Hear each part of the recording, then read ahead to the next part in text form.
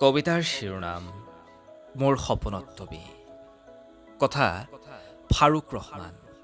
পাঠ ৰিয়ানজ্যোতি শৰ্মা। তুমি এটি গানৰ সুৰ হবা, মই মোৰ গীটাৰত বজাম। তুমি লগাই এটি মিঠা ধুন। দিঠকত নালাগে দিয়া আহিব, মাথো সপোনত আহি তুমি মোক বলিয়া নকৰিবা। ঐ শুনিছো তুমি হেনো আজিকালি সপোনৰ ৰাজকুমাৰী, বহুতৰে সপোনত হেনো আলহী তুমি।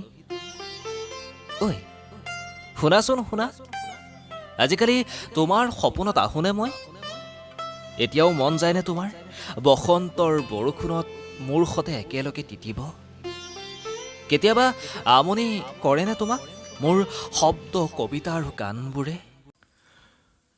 ও মইনা কোন বিধাতাই সাজিলে তোমাৰ পদুম চকুতি, চমক নীলা বিজুলীৰে গোলাপ কোমল পাহিতি, এই চমকৰ ভমক লাগি দহি মৰে মন্তি। মইনা কোন বিধাতাই সাজিলে তোমাৰ পদুম চকুতি, মইনা কোন বিধাতাই সাজিলে তোমাৰ পদুম চকুতি।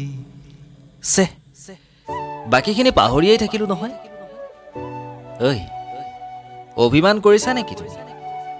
চাবা আকৌ কোনোবা বিন বৰাগী আহি লৈ যাব তোমাৰ অভিমানৰ পুখুৰী সিঁচি।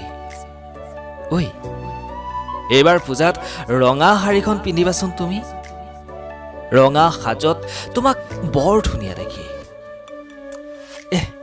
নালাগে দিয়া থাকক, তোমাৰ ওঠৰ কলা তিলটোৱে মোক বলিয়া কৰিব। নোজোকাও বুলিও তোমাক জোকোৱা যাব। ঐ কথা এটা মনত পৰিছে, এই যে গুৱাহাটী ইউনিভাৰ্চিটিত বৃষ্টি সৰা এটি গধূলিত তুমি মই ভগাই খাইছিলো একাপ গৰম কফি। মেঘৰ ঢেৰেকনিৰ শব্দ শুনি তুমি যে মোক সাৱটি ধৰি কৈছিলা সময়বোৰ যেন ইয়াতে স্তব্ধ হৈ যায়।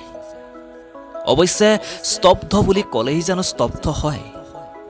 স্মৃতিৰ কোলাহলত দেখোন ভালপোৱাই নতুনকৈ পোখা মেলে, আৰু সপোনে দুপাখি মেলি উৰে।